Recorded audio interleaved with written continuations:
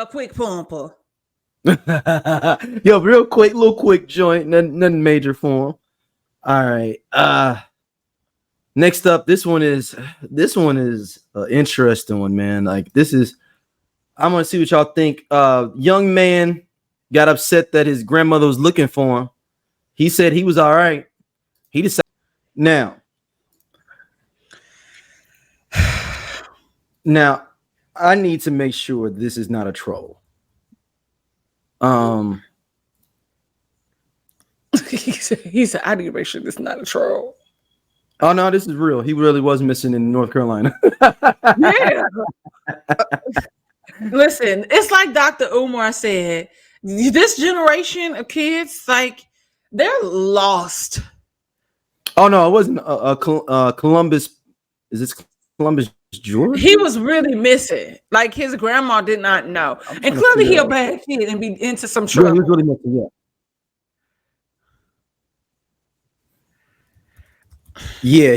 Yeah, I mean, okay, so this is Columbus, Georgia. So he was in Columbus, Georgia missing, but he was standing on business, running the streets.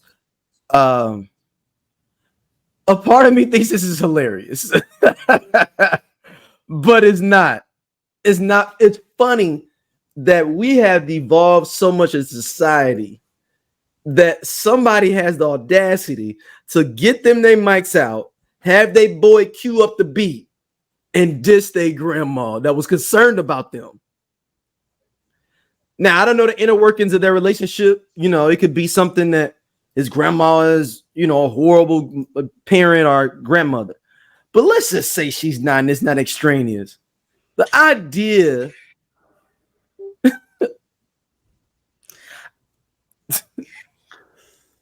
So, do you live at grandma's house? Because where's your mama? Where's your daddy?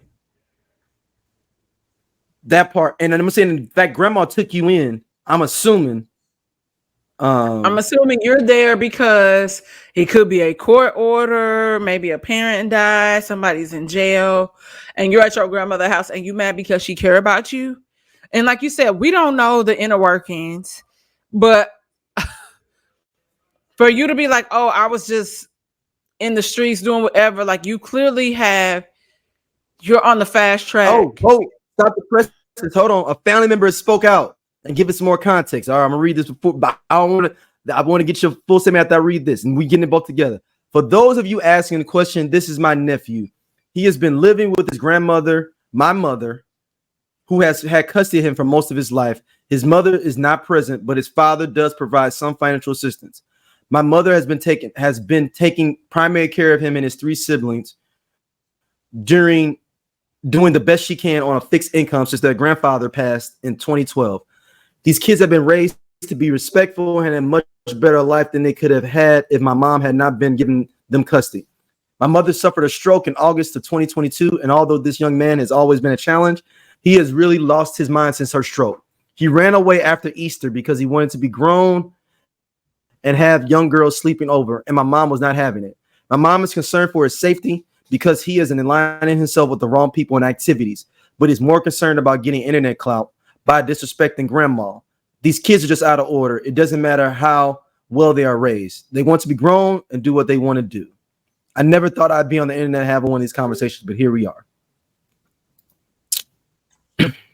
Well, so his grandma saved his life, basically. What we say? And I only know this because, like I said, my mother is a juvenile attorney, and that sounds like every story that we typically would hear in this situation, right? So grandma had a stroke. You taking care of 3 kids that are fucking disrespectful to you. To me, the sound fucked up. You can become a warden of the state and go to a home. Damn! You saying just give them up? Just sit them. Because sometimes, a hard head make a soft behind, and like I said, he's on the fast track to jail or to the grave, based on that song alone. And you talking about you gonna kill me because I was genuinely concerned about where you were. I have giving up my retirement years. And she probably had a stroke because these fucking kids was getting on her nerves. If we Oh, I didn't even think about that part.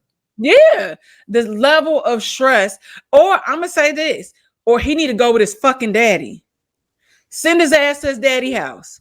Send them kids to their daddy. Y'all got a daddy that's providing financially and that and pop in and out. Go live with his ass full time and let me take care of myself and do me in this later chapter of my life. Fuck them kids. Y'all hate when people say that shit, but this is a prime example of fuck them kids because you don't see the blessing. And this is coming from a person who has dealt with loss at an early age that had somebody step. I'd be having to check my mom. I'd be checking my mama and I check my dad. But I also know that I have a great life because of them. That my aunt stepped into the mother role when my mom died when I was 6 months. And our dad lived 5 minutes away from us.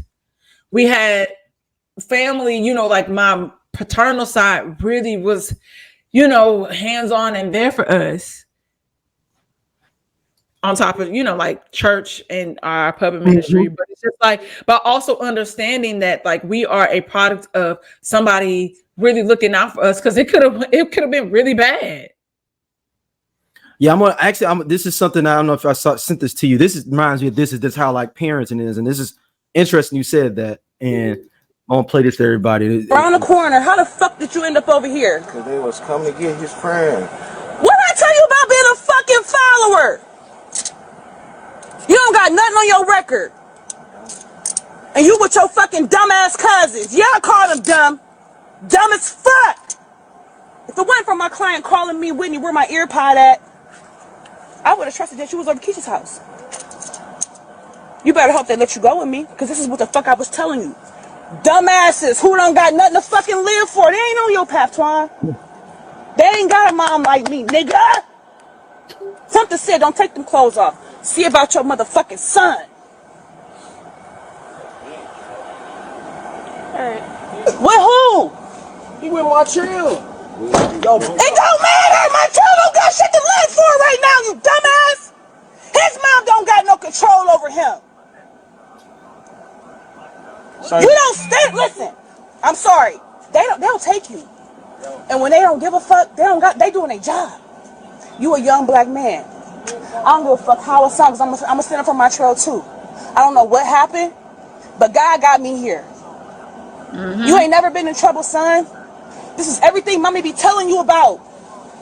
Everything. Everything. And I done called you 20 fucking times. You know how many moms call their son, they don't get the fucking answer. See him, nothing. And you in the back of a fucking cop car? And you graduate? You got prom on Saturday? I ain't taking you to get the license. I can't trust you now, nigga. You asked to go around the corner. You broke your trust for your cousin who don't got shit going for himself right now. You better be glad I showed the fuck up, because they would have took all y'all dumbasses. They waiting to get you. Where's my trail? All right, it's a little bit long. It goes showing the body cam more. Yo, hey, when she said he ain't got nothing to live for, my nigga, I was like, ooh, that hit me like. But that's the reality. And people in the comments of that clip, by the way, felt like she should not have been shaming the other kid. But I'm like, that's not shame. That's reality. And she know that kid. She know that he be on some bullshit. Yeah, them her nephews. She or cousin, whomever. Yeah. His family members, and I know what they family, and you know.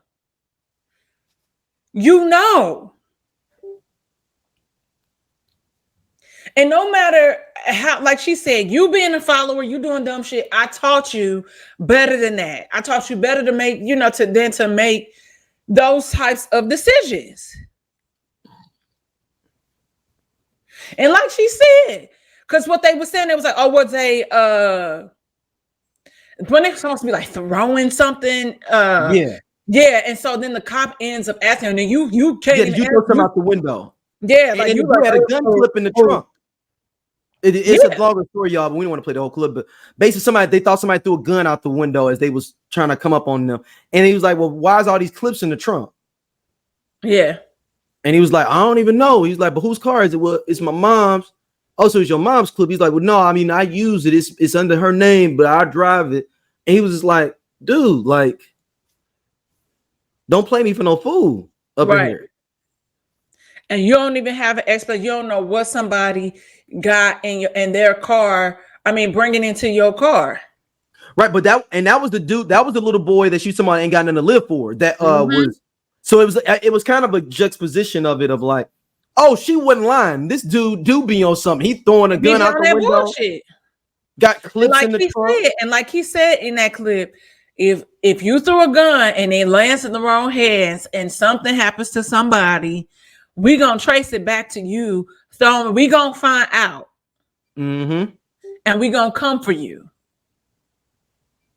And he over there in them bushes right now looking like trying to find it, whatever it was. Mm-hmm. But a lot of people don't know how to we think about things short term and how a lot of short term reactions to things and decisions can jeopardize you long term. And if people started to think like that, a lot of people, there will be people that still won't care and won't give a damn. But a lot of people in the long run, I think, would make better choices. That would be the hope.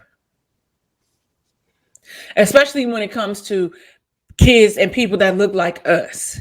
I'm aware that there are different factors. We got mental health, we got things that happen in our environment that sometimes can shape how we show up and respond to certain things. But if you have a brain that is fully functioning, that is not restricted, that doesn't have all these other variables, come on now. And I mean, But let's go back to that kid. That kid is going to end up is you on a track. You on yeah, I mean, it's obviously showing you he got enough audacity like to diss his grandma on a track. Even though it's funny, it's sad at the same time. Like you almost felt like it was that's why I want to make sure it wasn't a troll job because I couldn't believe it. yeah. You know what I mean? Like that somebody sat there and queued up a beat to diss their grandmother. People And we cry. find out the backstory of all the things she's doing for him. Yep. And I'm like, it sounds like he need to go to therapy. You need therapy, you need help, and your daddy you can get all that help and go to your damn daddy house. Go on now. Let your daddy problem. Because your grandmama has done enough. And that's one of the things that we talk about too, as we at some point when women be having custody of their kids that be boys and vice versa, is either you putting a mentor or you having a family member that got some damn sense in their lives consistently. If something has happened to the father, or at some point they have to go over that because it's too like a man, like a father is just as important as a mother, and as a woman, you can't do it all. And that's the reality of the situation. We can't. There's certain things y'all not gonna understand. Just like I got homeboys that have custody of their daughters or whatever. It's certain stuff they don't know, and they calling us. What you think about that? How would you respond? What was this like for you? Blah, blah, blah, blah, blah. Because they understand the concept of community. It takes a village. It really does. Hey y'all, if you like what you see here on Everyone Needs an Aquarius, be sure to hit that button right there. It'll take you to more clips, and be sure to like, subscribe, and share our podcast. See you back next time.